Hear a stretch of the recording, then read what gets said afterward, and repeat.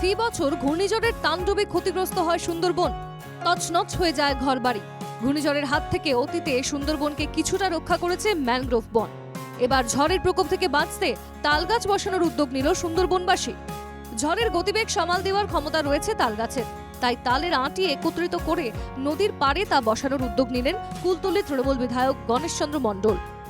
প্রত্যেক বছরই যে দুটো তিনটে করে ঝড় হয়, সেই ঝড় থেকে বাঁচার জন্য করে তালগাছ আমাদের সবচেয়ে প্রিয়। কারণ তালগাছ আমরা দেখেছি ঝড়ে ভাঙে না, তালগাছ উবড়েও যায় না, এবং তালগাছের পাতাগুলো প্রচণ্ড ঝড় রোধ করে। যে ঝড়টা 150 বা 200 কিলোমিটার বেগে আসে, এই সমুদ্রের উপকূলে সেই তালগাছ বসালে আমাদের গ্রাম অঞ্চলে সেটা অন্তত কিছু না হলেও 50 থেকে 100 কিলোমিটার তার গতি কমিয়ে দেয়।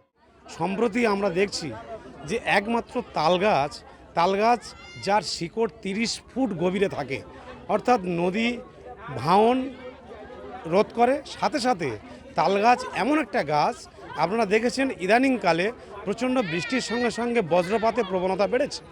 একমাত্র তালগাছই হলো বজ্রপাত নিরোধক একটা গাছ, অর্থাৎ তালগাছ বজ্রপাত নিরোধন করে, এটা 1 নম্বর। 2 নম্বর, তালগাছ ঝড়কে প্রতিহত করে।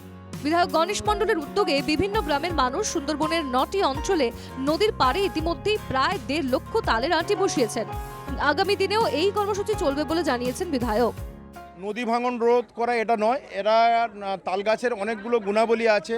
তালের রস থেকে, তালের গুড় থেকে, তালের পাটালি থেকে, তালের নোদ থেকে, এবং বিশেষ করে তাল গাছ একটা অর্থকরী ফসল, এবং তাল গাছে প্রচুর পরিমাণ জ্বালানি পাওয়া যায়, এবং তাল গাছ প্রচণ্ডভাবে ঝড় থেকে আমাদেরকে রক্ষা করে।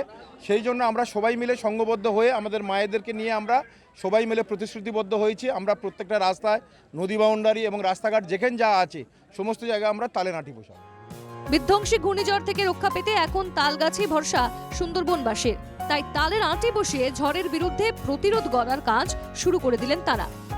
উজ্জ্বল সরকারের রিপোর্ট, NKTV বাংলা।